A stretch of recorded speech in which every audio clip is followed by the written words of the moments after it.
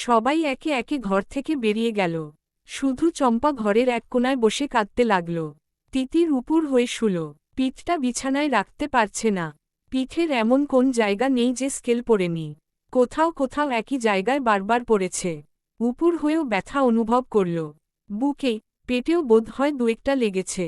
বাবা এসে এভাবে দেখে অস্থির হয়ে পড়েছিল। ভাইয়া এসে ওর গায়ের দাগ দেখে কেঁদে ফেলেছিল। কিন্তু মনের ভেতরের চেয়েও যে কত ব্যথা আর দাগ রয়েছে তার খবর তো কেউ রাখে না। তিতির বালিশের নিচ থেকে ফোনটা বের করল। বেশ কয়েকবার কল দিয়েছে মুগ্ধ। তিতির বলল, চম্পা, দরজাটা লক করে চলে যা। চম্পা চুপচাপ দরজা লক করে বেরিয়ে গেল। তিতির ফোন দিল মুগ্ধকে। মুগ্ধর গলায় আতঙ্ক। তিতির, কি হয়েছে তোমার? ফোন করলে তখন আমি মিটিংয়ে ছিলাম। পরে এতবার ফোন করলাম ধরলে না। তিতির গলাটা যতটা সম্ভব স্বাভাবিক রাখার চেষ্টা করে বলল, এরকম তো আগেও হয়েছে। হ্যাঁ, কিন্তু আজ আমার মনটা কেমন করছিল। কি হয়েছে বলো তো? বাবা মা, ভাইয়া সবাই আমার রুমে ছিল তাই ধরতে পারিনি। কেন, তুমি কি অসুস্থ? আর ভয়েসটা এমন লাগছে কেন? দুপুরে তো সুস্থই ছিলে। কি হলো এর মধ্যে? বলবো নে। তুমি কোথায়? অফিসে। এখনো বাসায় যাওনি? না, 8টার মতো বেজে যাবে বের হতে। অনেক কাজ। তুমি বলো না কি হয়েছে। বাসায় যাও তারপর বলবো। না তিতির, আমার টেনশন হচ্ছে। বলো প্লিজ, না হলে কাজে মন বসাতে পারবো না। নতুন কিছু না, তোমার আমার ব্যাপারটা নিয়েই বাসায় আবার একটু ঝামেলা হয়েছে। তিতির, তোমাকে কি মেরেছে? তিতিরের কান্না পেল। কি করে পারে ও সবকিছু বুঝতে? মুগ্ধ আবার বলল, কি হলো, চুপ করে আছো কেন? তোমাকে কি মেরেছে? তিতির ক্ষীণ কণ্ঠে বলল, হ্যাঁ। মুগ্ধ বুঝি কিছু একটাতে ঘুষি দিল। প্রচণ্ড শব্দ হল। আর বলল, উফ, এটাই শুধু বাকি ছিল। মুগ্ধর গলাটা রাগে কাঁপছে। তিতির কিছু বলল না। মুগ্ধ বলল, কে মেরেছে? নাকি সবাই মিলে? মা, কি দিয়ে মেরেছে? স্কেল। কি এমন বলেছিলে? ডিটেইলটা রাতে বলি। আচ্ছা, তোমাকে কি অনেক মেরেছে? মুগ্ধ এমনভাবে বলল যেন ওর গায়ে ব্যথা লাগছে। তিতির হেসে ফেলল, বলল, মোটামুটি। কিন্তু তুমি আহ্লাদ করছো বলে ব্যথাটা কমে যাচ্ছে। আমাকে সান্ত্বনা দিও না তো। এখন তুমি সামনে থাকলে আমার কপালে একটা কিস করতে, তাই না? ধুর, কি সময় কি কথা। আমাকে একটা কিস করো, দেখবে আমার অর্ধেকটা ব্যথা চলে যাবে। ফোনের মধ্যে কিস করতে পারি না আমি। ফোনে কিস করে লাভ কি? তুমি কি পাবে? পাবো। মুগ্ধ একটা কিস করল। তিতির বলল, তুমি এত দুষ্টু কেন বলো তো? কেন? এই কিস করতে বললাম কপালে আর করলে ঠোঁটে। মুগ্ধ হেসে দিল। তিতির যে পরিস্থিতি স্বাভাবিক করার জন্য এসব বলছে তা বুঝতে বাকি রইল না মুগ্ধর। ব্যথায় কুকড়ে ছিল তিতির। রাতে খেতে গেল না, কেউ ডাকতেও এল না। 10টার দিকে ফোন দিল মুগ্ধ। তিতির বলল, বাসায় গিয়েছ? হ্যাঁ। ফ্রেশ হয়েছ? খেয়েছ? তুমি তো জানো তিতির আমি এত তাড়াতাড়ি খাই না। যাই হোক, এখন তো বলো কি এমন বলেছিলে যে মা তোমাকে এত মারল? সকালে মাকে প্রেগনেন্সির কথা বলা থেকে শুরু করে পুরো ঘটনাটা তিতির মুগ্ধকে খুলে বলল। শুধু মারের ব্যাপারটা ডিটেইলে বলল না। বললে শুধু শুধু অনেকটা কষ্ট পাবে মুগ্ধ। সব শুনে মুগ্ধ বলল, যেটুকু আশা ছিল রাতেও পানি ঢেলে দিলে। মানে, তোমার ফ্যামিলির কাছে তুমি আমাকে আরও খারাপ বানিয়ে দিলে। কিভাবে? শেষে তো জানলই যে আমি প্রেগন্যান্ট না। হ্যাঁ, কিন্তু যেহেতু তুমি প্রেগনেন্সির কথা বলতে পেরেছ সেহেতু আমি তোমার সাথে করেছি। এটাই ভাবছে মা, তুমি দেখে নিও। রাগ করো না প্লিজ। আমি বুঝতে পারিনি এমন হবে। আমি ভেবেছিলাম এবার রাজি হয়ে যাবে। তুমি আমার সাথে একবার ডিসকাস করে নিতে পারতে। তাহলে তো আমি নিষেধ করতাম। সরি, আসলে আমি তোমাকে সারপ্রাইজ দিতে চেয়েছিলাম। হায়রে আমার সারপ্রাইজিং প্রিন্সেস রে। সবকিছুতেই কি সারপ্রাইজ দেয়া লাগে? লাগে না, বরং লাইফের বড় বড় ডিসিশন দুজনে মিলে নিতে হয়। সরি, এমন আর কখনো হবে না। এরপর থেকে সবকিছু তোমার সাথে ডিসকাস করে করব। সেই সুযোগটা তুমি পাবে কোথায়? আমার সাথে তো তুমি থাকতেই পারবে না। কদিন পর তোমার বিয়ে হয়ে যাবে অন্য কারো সাথে। আর আমারও। তিতিরের প্রচণ্ড কান্না পেল, কিন্তু ও কাঁদল না। মুগ্ধ বলল, তিতির, কাল একটু দেখা করবে? কখন? দিনের বেলায় তো পারবো না। অফিস থেকে তাড়াতাড়ি বের হলেও 5-6টা বাজবে। ধানমন্ডি যেতে আরও 1 ঘন্টা। তার মানে সন্ধ্যাবেলা। ঠিক আছে, পারব। পরের দিন সন্ধ্যাবেলা ওদের দেখা হলো।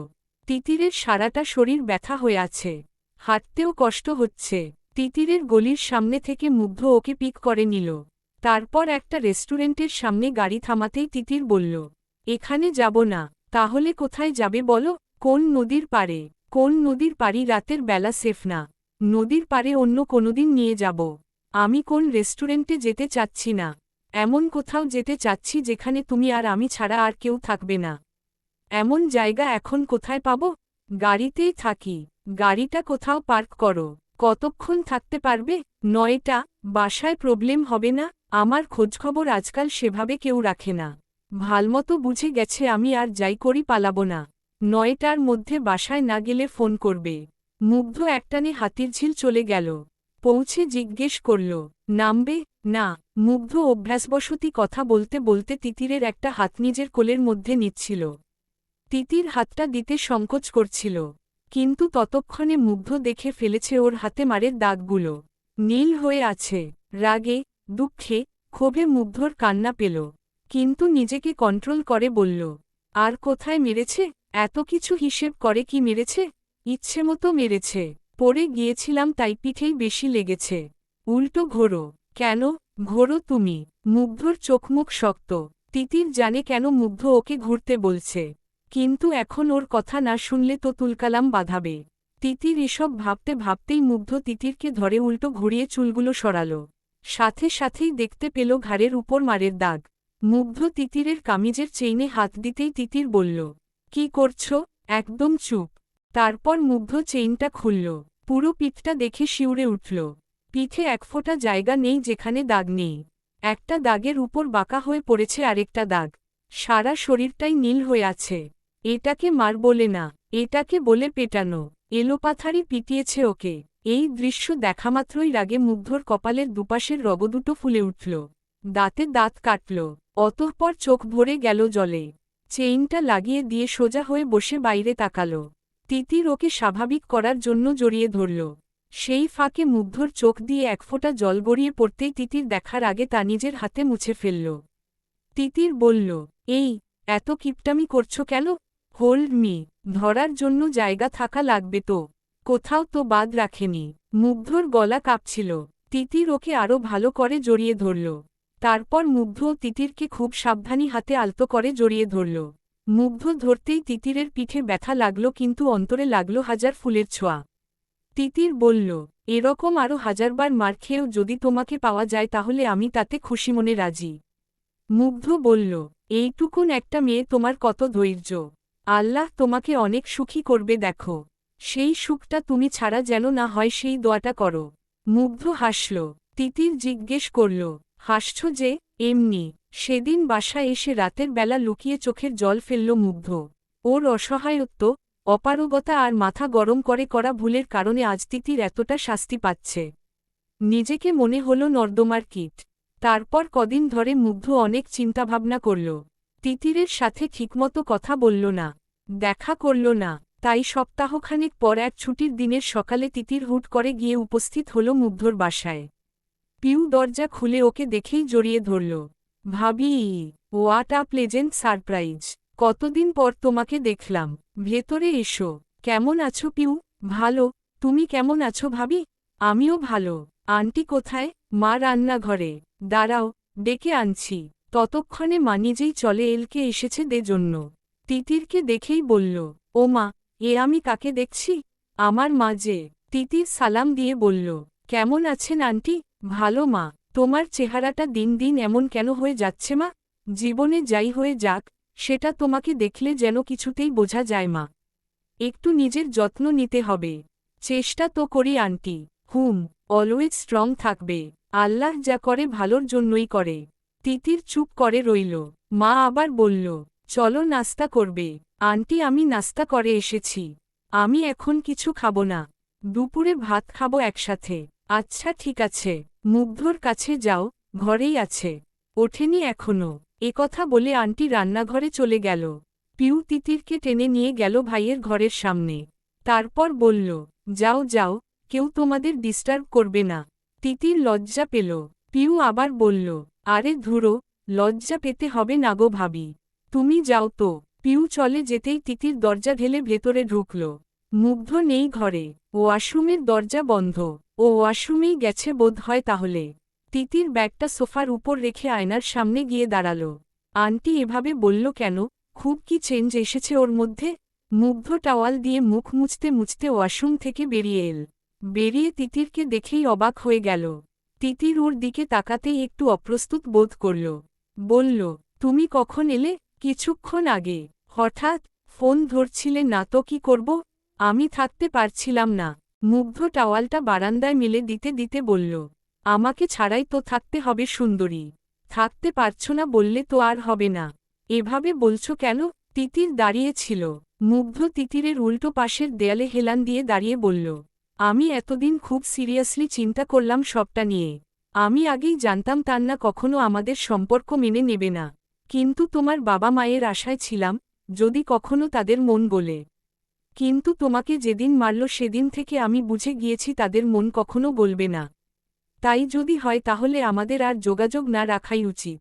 সেটা আমাদের দুজনের জন্যই ভালো হবে। তিতির মুগ্ধর কাছে গিয়ে ওর বুকে হাত রেখে বলল, এমন কথা বলো না প্লিজ। আমি না ভেবে বলছি না।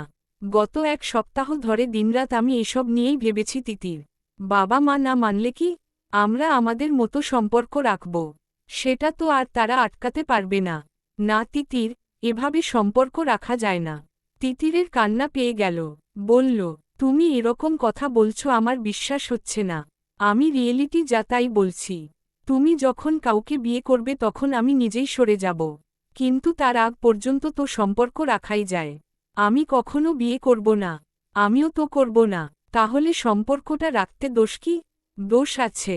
তোমার সাথে কথা বললে আমি কন্টিনিউয়াসলি কথা না বলে থাকতে পারি না। তোমার সাথে দেখা করলে ডেইলি দেখা করতে ইচ্ছে করে। তোমার একটু কাছে গেলে আরও কাছে যেতে ইচ্ছে করে। তাতে সমস্যাটা কি? আমি কি তোমাকে কিছুতে নিষেধ করেছি? না, কিন্তু সমস্যাটা হচ্ছে স্মৃতির পাল্লা ভারী হচ্ছে। তিতির এবার কেঁদেই ফেলল। মুগ্ধ বলল, কাঁদছ কেন? কেঁদে কি হবে? কাঁদলে যদি সমস্যা মিটে যেত তো দুজন মিলে কাঁদতাম। কিন্তু মিটবে না। কান্না থামাও, না হলে আমি কথা বলতে পারবো না। আমি এই কথাগুলো তোমাকে 2-3 দিনের মধ্যেই বলতাম। তুমি আজ আশায় আজ বলছি। সবসময়ই তিতির কাঁদলে মুগ্ধ পাগল হয়ে যায়, চোখ মুছিয়ে দেয়, বুকে নিয়ে আদর করে কান্না থামায়। আর আজও কত স্বাভাবিক। বন্ধ ঘরের মাঝেও দূর থেকে এসব বলছে। একবার চোখটাও মুছিয়ে দিচ্ছে না। এই কি তিতিরের চেনা মুগ্ধ? পুরো পৃথিবীটা ভেঙে পড়ল তিতিরের মাথার উপর। তিতির মুগ্ধকে নিজের দিকে ফিরিয়ে বলল, তুমি এভাবে বলো না। আমার তোমাকে অচেনা লাগছে। না, আমি বলবো। যত কষ্টই হোক তিতির বাস্তবতাটা ফেস করতেই হবে। তিতির কিছুতেই কান্না থামাতে পারছে না। মুগ্ধ একটু থেমে আবার বলল, ধরো সিলেটে আমরা যেভাবে ছিলাম, আমি যা পেয়েছি আসার পর থেকে তা আমার প্রতিদিন পেতে ইচ্ছে করে। একটা রাত আমি ঠিক করে ঘুমাতে পারিনি। সম্পর্ক থাকলে আমাদের মধ্যে আরও অনেক কিছু হবে, কারণ এখন আমাদের মধ্যে কন্ট্রোলটা নেই বললেই চলে। আগে আমরা জানতাম একদিন না একদিন আমরা দুজন দুজনের হবই। তাই তুমিও আগে সবকিছুতেই বাধা দিতে, আমিও তোমার বাধা শুনতাম। শত ফাজলামো করলেও কখনোই সেভাবে আগাইনি। আর এখন যখন দুজনেই জানি আমাদের এক হওয়াটা আর কখনোই সম্ভব না, তখন তুমিও কিছুতেই বাধা দাও না আর আমিও নিজেকে কন্ট্রোল করতে পারি না। পাগল হয়ে গিয়েছি দুজন দুজনের জন্য। কন্ট্রোললেস হয়ে গিয়েছি। শুধু মনে হয় আর তো পাবো না, এই শেষ। অসম্পূর্ণ, অনিশ্চিত সম্পর্কগুলো এমনই হয়। তিতির চুপচাপ সব শুনছে আর কাঁদছে। মুগ্ধ আবার বলল, তিতির, যতই বলি বিয়ে করব না বিয়ে করব না, বিয়ে আমাদের করতেই হবে। কারণ আমাদের ফ্যামিলি, তোমার যে ফ্যামিলি, এমন কিছু করবে যে তুমি বাধ্য হবে বিয়ে করতে। আর আমার মা, সে তো প্রতিনিয়ত আমাকে বিভিন্নভাবে ব্ল্যাকমেইল করতে থাকে। এখনও সাকসেসফুল হয়নি, কিন্তু কবে যে হয়ে যাবে জানি না। বিয়ে আমাদের দুজনেরই করতে হবে তিতির, কিন্তু যে কোন একজনের আগে হবে। সেই দিনটি হবে আমাদের দুজনের জীবনের সবচেয়ে অসহ্যকর দিন। সেদিন আমরা দুজনই থাকব অসহায়। অসহায়ত্বের চেয়ে কষ্টের কিছু নেই এই পৃথিবীতে। আমরা যদি এর পরেও সম্পর্ক রাখি তাহলে আরও ক্লোজ হতে থাকব। তখন ওই দিনটি ফেসি করতে পারব না তিতির। তিতির ঝাঁপিয়ে পড়ল মুগ্ধর বুকে, জড়িয়ে ধরে কাঁদতে কাঁদতে বলল, তুমি এমন করো না প্লিজ। যতদিন একসাথে থাকা যায় আমরা থাকি না প্লিজ। যতটুকু পাবো ততটুকুতেই তো শান্তি। মুগ্ধ তিতিরকে জড়িয়ে ধরল না, বলল, না তিতির, শান্তি নেই। আমি নিশ্চিন্তে তোমাকে আদর করতে পারি না, মন খুলে কথা বলতে পারি না, সব সময় হারানোর ভয়, আতঙ্ক। এভাবে পারছি না আর, এই ঝুলন্ত অবস্থার একটা শেষ হওয়া চাই। তিতির কাঁদতে কাঁদতে মুগ্ধকে জড়িয়ে ধরা অবস্থাতেই হাঁটু গেড়ে বসে পড়ল। মুগ্ধর হাঁটু জড়িয়ে ধরে বলল, আমাকে দূরে সরিয়ে দিও না প্লিজ, আমি মরে যাব। মুগ্ধ তিতিরকে উঠাল না, চুপ করে দাঁড়িয়ে রইল। তিতিরকে এভাবে কষ্ট দিতে ওর বুকটা ছিঁড়ে যাচ্ছিল, কিন্তু মুগ্ধ শক্ত করল নিজেকে। অনেকক্ষণ পর তিতির নিজেই উঠে দাঁড়াল, কান্না আরও বাড়ল। কাঁদতে কাঁদতেই মুগ্ধর বুকে হাত রেখে ধাক্কা দিয়ে দিয়ে বলল, এই তুমি দেখছো না আমি কাঁদছি? মুগ্ধ চুপ করে অন্যদিকে তাকিয়ে রইল। তিতির উন্মাদের মতো মুগ্ধর হাত দুটো দিয়ে নিজের চোখের জল মুছিয়ে বলল, আমার চোখের পানি মুছে দাও না, দাও না মুছে। মুগ্ধ ওর চোখের পানিও মুছে দিল না, চুপচাপ দাঁড়িয়ে রইল। তিতির এবার মুগ্ধর বুকে মাথা রেখে ওকে জড়িয়ে ধরল। একটু পর মুগ্ধর হাত দুটো নিজের কোমরে রেখে কাঁদতে কাঁদতে বলল, ধরো না আমাকে। মুগ্ধ ধরল না, তিতিরের কান্না থামলই না। আবার বলল, এমন করো না, আমি মরে যাব, প্লিজ এমন করো না, আমাকে দূরে সরিয়ে দিও না, আমাকে ছোড়ো না। মুগ্ধ এতক্ষণে বলল, তাহলে তুমি ছাড়ো তোমার ফ্যামিলিকে। তিতির অবাক হয়ে তাকালো মুগ্ধর দিকে। মুগ্ধ আরও বলল, হ্যাঁ, যেহেতু তারা অপশন দিয়েই দিয়েছে, হয় ফ্যামিলি না হয় আমি। Then you have to pick only one. Titir মুগ্ধকে ছেড়ে সোজা হয়ে দাঁড়াল, কিছু বলল না, শুধু অবাক দৃষ্টিতে তাকিয়ে রইল। মুগ্ধ বলল, তুমি আজ আর যেও না, আজই বিয়ে করব, তাহলেই তো আমাদের আর দুজন দুজনকে ছেড়ে থাকতে হবে না। তুমি আমাকে ব্ল্যাকমেইল করছো? যদি তাই ভাবো তবে তাই। তিতির চোখ মুছল, বিশেষ লাভ হল না, সঙ্গে সঙ্গে আবার গাল ভিজে গেল নতুন চোখের জলে। বলল, আমি জানি আমার ফ্যামিলির কাছে তুমি অনেক অপমানিত হয়েছ, তোমার তাদের উপর রাগ থাকাটাই স্বাভাবিক, কিন্তু তবু তো আমার ফ্যামিলি। আমি রাগ করতে পারি না, উল্টো আমার ফ্যামিলি নিয়ে তুমি কিছু বললে আমার গায়ে লাগে। এখন যাই ব্যবহার করুক, ছোটবেলা থেকে যে ভালোবাসা আর সাপোর্ট দিয়েছে তা আমি ভুলতে পারি না। আর সবাই যেমন তেমন আমার বাবার জন্য আমি পারি না। আর তুমি যে ভালোবাসাটা আমাকে দিয়েছ তা সব মেয়েদের স্বপ্ন থাকে। তুমি আমার রক্তে মিশে গেছ, তা থেকে আলাদা করতে পারবো না কিছুতেই। তাই বাবা আর তুমি দুজনকেই আগলে থাকতে চেয়েছিলাম। যাই হোক, আমার জন্য অনেক কষ্ট করেছ তুমি, আর করতে হবে না, আজ থেকে তুমি ফ্রি। একথা বলেই তিতির ব্যাগটা সোফার উপর থেকে তুলে বেরিয়ে যাচ্ছিল ঘর থেকে। মুগ্ধ বলল, কোথায় যাচ্ছ? বাসায়। দাঁড়াও, আমি তোমাকে পৌঁছে দিচ্ছি। তিতির পিছনে ফিরে তাকিয়ে হেসে বলল, লাগবে না, আমি চলে যেতে পারব। তিতিরের চোখ উপচে এক ফোঁটা জল গড়িয়ে পড়ল। মুগ্ধ বলল, হ্যাঁ আমি জানি তুমি একা যেতে পারবে, কিন্তু যেহেতু তুমি আমার বাসায় এসেছ, আমার একটা দায়িত্ব আছে। না, আমার প্রতি আজ থেকে তোমার আর কোন দায়িত্ব পালন করতে হবে না। অনেক দিয়েছ তুমি আমাকে, কোনোদিনও ভুলব না। কথা শেষ করেই তিতির বেরিয়ে গেল। ঘর থেকে বের হতেই মুগ্ধর মা বলল, তিতির, তুমি কাঁদছ কেন মা? আন্টি আমি চলে যাচ্ছি, মাফ করবেন, বলেছিলাম দুপুরে একসাথে খাব, সেটা এখন আর সম্ভব না। ততক্ষণে মুগ্ধ বেরিয়ে এসেছে ঘর থেকে। তিতির বেরিয়ে যেতেই মা পেছনে পেছনে যাচ্ছিল। মুগ্ধ বলল, ওকে যেতে দাও মা।